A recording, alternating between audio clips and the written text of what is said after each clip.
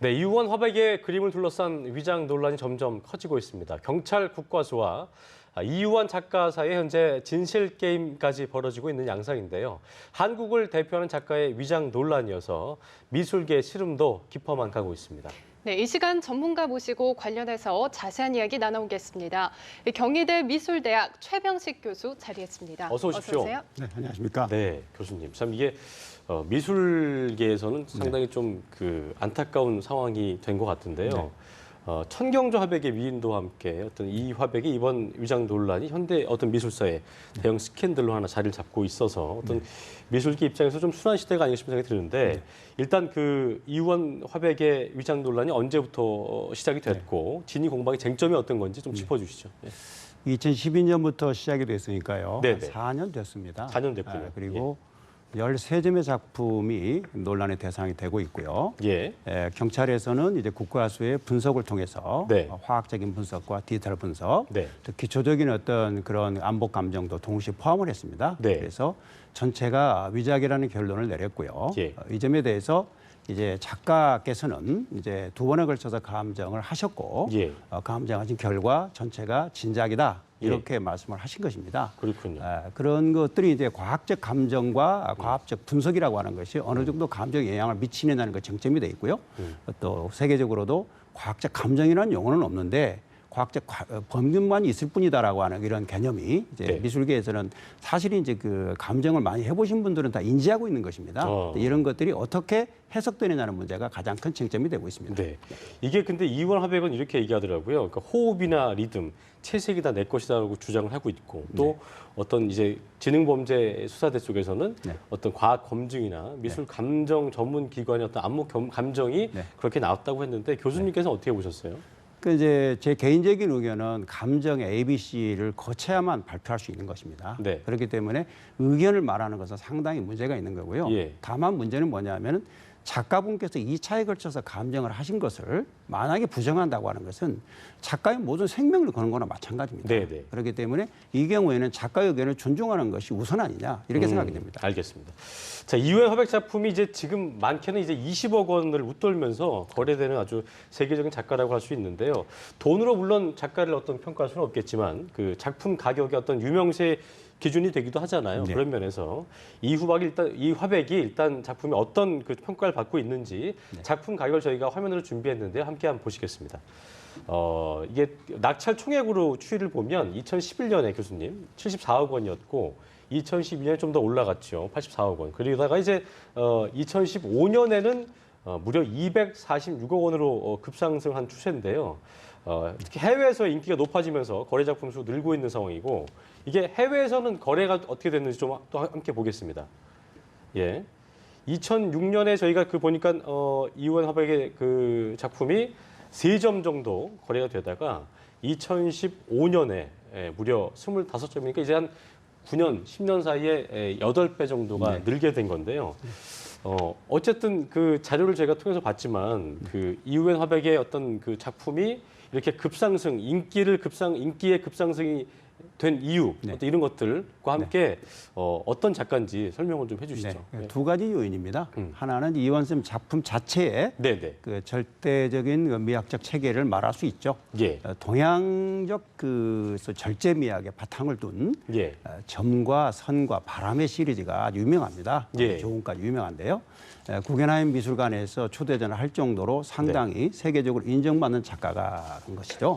이 점에 대해서는 이제 뭐 다 누구나 인지하고 있는 것이고요. 그렇군요. 두 번째는 최근에 단색화 열풍이 이우원 쌤의 작품의 가격을 올리는데 또 하나의 영향을 미쳤다라고 볼 수도 있습니다.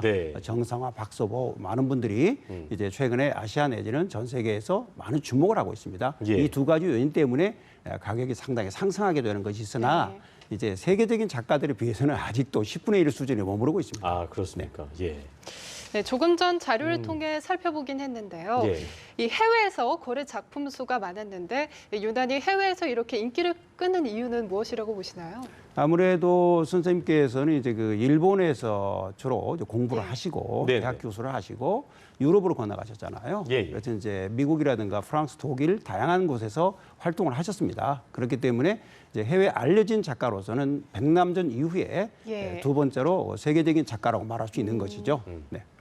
아까 지금 교수님께서 잠깐 그 언급을 해주시기도 했습니다만 13점 모두 이제 그 진품이라는 게 이원 화백의 네. 주장이고 그렇죠. 경찰은 이제 과학 수사를 통해서 이건 네. 위작이다라고 네. 이제 대치를 하고 있는 건데 네. 어떻게 보면 되게 좀 애매한 상황인 건 게 네. 그 청경자 화백 같은 경우에는 천화백이 그 고인이 됐기 때문에 네. 어쨌든 미술기 관행이라는 자체가 생존한 그 작가의 말을 따르는 게 맞는 것이다라고 네. 보고 있지만 네. 이 경우에는 이화백이 좀 살아 계시기 때문에 네. 그걸 따르는 게 맞는 게 어떤 그 미술계의 관행이기 때문에 네. 네. 그걸 한 게 맞는 거다 이게 교수님 말씀이신 거죠? 그러니까 거죠? 일반적으로는 이제 그 특히 이제 유럽의 경우에는 네, 미국은 어떻습니까? 외국은 예를 들어서 어떻습니까? 개인 감정사가 많습니다. 네네. 그러니까 한 사람이 한 작가의 한 시대만을 연구하다가 평생을 학문적으로 거기에 바치는 거죠. 예. 그렇기 때문에 그 절대적인 그 신용을 담보하게 되어 있습니다. 근데 우리나라는 단체 감정을 하고 있거든요. 그렇기 때문에 이제 작가의 그 의견이 그 우리나라의 경우에는 아무래도 중요하게 됩니다. 왜냐하면 해외에는 감정 시스템이 그만큼 발달돼 있기 예. 때문에 네. 감정가들의 의견도 매우 중요하죠. 근데 우리나라는 아직까지는 생존 작가의 경우에 그 의견을 듣는 것이 당연히 존중돼야 되고 그렇게 해왔습니다. 지금까지는. 그렇군요. 근데 이번의 경우에 갑자기 그 작가를 배제해야 된다는 의견이 나오는데 그건 있을 예. 수가 없는 일이고요. 예. 어떤 형식으로든 작가의 의견은 존중돼야 되고 해외에도 그러한 판례와 사례가 상당히 많이 그렇군요. 있습니다. 예. 예, 경찰과 이후한 양측의 주장이 이렇게 팽팽히 맞서고 있는데 네. 이후 이 문제를 그렇다면 우리는 어떻게 풀어나가야 할까요? 이 예. 청경자 이 논란 같은 부분은 아직까지 결론이 나지 않았거든요. 두 사건 다 마찬가지인데요. 가장 합리적인 것은 작가와 그다음에 감정가 예. 이 양측이 함께 논의하는 것입니다.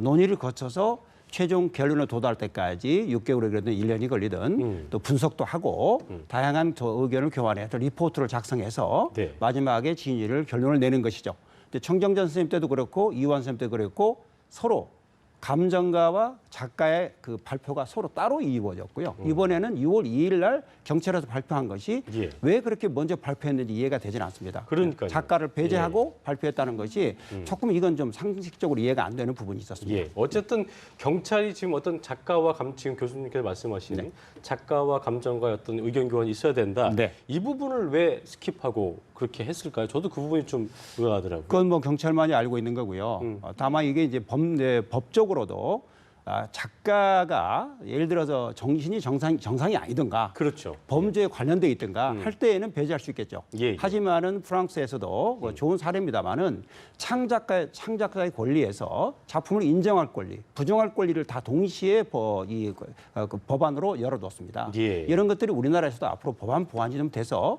작가의 창작 권리를 보장해야 된다고 생각합니다. 네. 자, 교수님, 저희는 뭐 이제 미술 잘 몰라서 그런데 이게 미술감정평가원에 따르면 봤더니 2003년부터 2022년까지 그러니까 10년간이죠. 평가원이 감정 의뢰받은 그 5천여 점 중에 약 한 26%가 위작 판정을 받았다고 하더라고요. 그러니까 소위 말해서 이제 작품이 좀 비싸게 팔리는 작가일수록 위작 비율이 높다는데 이게 진짜 그렇습니까? 어떻습니까? 예, 데이터는 그렇게 나와 있고요. 이제 실제로 작품을 감정하는 것은 네. 뭔가 좀 이상한 경우가 이제 있거나 예. 또 거래를 위해서 감정하는 경우가 많습니다. 아하. 그렇기 때문에 시중에 이 거래되는 작품 전체가 그렇다는 건 아니고요. 예, 예. 그 중에 한 뭐 10분의 1 정도로 보시면 될 것 같아요. 그렇게 해서 실제로는 한 뭐 3% 정도 이런 정도가 좀 문제가 될 수 있는 거고요.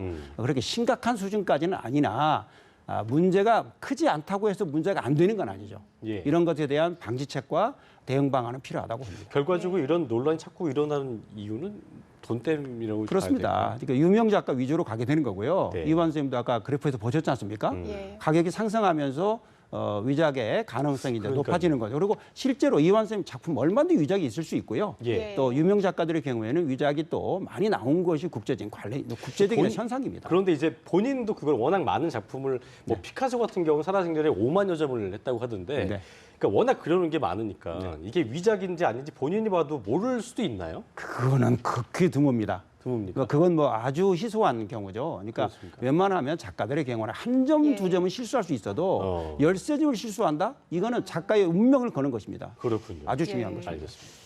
예, 한국을 대표하는 또 다른 작가의 이 천경자 화geb의 이 미인도 논란 같은 경우에는 25년째 계속되고 있고 아직까지도 결론이 나지 않았는데 미인도 논란에 대해서는 어떻게 생각하시나요? 네, 결과적으로 천 선생님께서 생존해 계실 때, 네네. 특히 초기에 말씀을 하실 때 감정 전문가와 함께 논의가 이루어졌어야 합니다. 예. 그 기회를 놓친 것이죠. 그게 그때도 없었군요. 예, 그러니까 작가와 감정가의. 예, 그 기회를 놓쳐버리니까 예. 미국으로 가시고 결국은 이제 이중적인 그 의견 도출이 돼버린 거죠. 그래서 지금까지 이게 이어져 있는 상황입니다. 제 개인적으로는 이 점은 4차 감정을 실시해서 다시 한번 감정 체계의 어떤 시스템으로 이것을 유족의 의견도 많이 들어야 될 것 같고요. 예. 이런 논의가 필요하다고 봅니다. 네. 이게 그 대작의 발목 잡힌 미술계다 이런 뭐 기사를 제가 본 적이 있는데 해외 경우도 그 모나리자 같은 경우는 뭐 위작만 수십 점이라고 하던데 해외 경우는 뭐 어떻습니까? 우리랑 비교하면 어떻다고 볼 수 있을까요? 아주 많고요. 아주 많고 우리는 아직까지는 아주 적은 숫자입니다. 그런데 시장이 역사가 얼마 안 되다 보니까 놀래시고 예. 상당히 그러시는데 이제 문제는 이거를 제어하고 또 잡아내는 어떤 능력과 예. 또 법적인 보완이 잘 되어 있기 때문에 그 선진 외국에서는 상당히 이런 점들이 사회적인 논란까지 이루어지지 않는 것이죠. 네, 알겠습니다. 네, 그런데 최근 조영남 씨의 대작 논란도 있었고 네. 처음에는 미술계 관행이다 이래서 논란이 더 커지기도 했었는데 거기에 이 화가들의 위작 논란도 잊혀질 만하면 다시 불거지고 있는데 이에 네. 대해서 이제 어떻게 생각을 하시나요? 보니까 이게 그 뭐 인사동에는 큰 손들의 발길이 끊어졌다.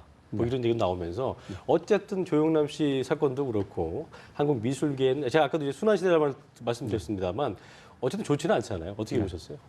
뭐 그럼에도 불구하고 얼마 전 경매에서 50억이 넘어가는 작품이 경매가 김환기 낙찰이 됐고요. 작품, 예. 뭐 그런데 이제 일단은 이제 미술계에서는 타격을 받게 되죠. 네. 신뢰도가 약간 추락하게 되고 네. 잠시 이러한 영향이 당연히 있으리라고 봅니다. 네. 해외에서도 좀 특이한 현상으로 보게 될 것입니다. 다만 이런 문제들이 어떻게 그 소위 이제 앞으로 이제 보완하고 또 방지해 나갈 것이냐 문제입니다. 네. 이런 것들을 카다로그 레조네라고 하는 작가들의 모든 그 호족 처분이죠. 이런 걸 만들어서 좀 더 보완을 해 나가고 정부에서도 그걸 지원을 네네. 하고 있습니다. 이런 것들이 좀 보완이 필요하다고 봅니다. 그 부분을 제가 좀 더 구체적으로 여쭤보고 싶은데 위작 확산에 대처하기 위해서 어떤 그 다양한 의견들이 온라인 온오프라인 상으로 나오고 있습니다. 얼마 전에 공청회 여실 때 최 교수님께서 사회 보신 걸로 알고 있는데요. 현재 미술계에서는 뭐 이런 방안들이 좀 필요하다는 게 좀 공감대가 형성되고 있을 것 같습니다. 어떤 방안들이 나오고 두 가지 있습니까? 말씀을 드리면요. 네네. 프랑스의 경우는 사법 감정사라는 게 있습니다. 예. 그래서 그 법적인 자문을 하고 이런 문제가 생길 때 감정의 전문성을 발휘하는 감정사들이죠. 이런 제도를 좀 도입해서 네. 우리나라에도 국가 감정연구소 같은 것이 필요하다는 생각이고요. 그다음에 이제 거래되는 과정에서 예. 무엇인가 그 자료 데이터베이스를 통해서 예. 아까 말씀드린 카다로그 레조네 같은 이런 작업들을 하루속히 완성해 나가는 것이 굉장히 의미가 있다고 봅니다. 알겠습니다. 자, 지금까지 위장 논란과 관련해서 최병식 경희대학교 미술대학 교수와 함께 이야기 나눠봤습니다. 고맙습니다. 네, 감사합니다.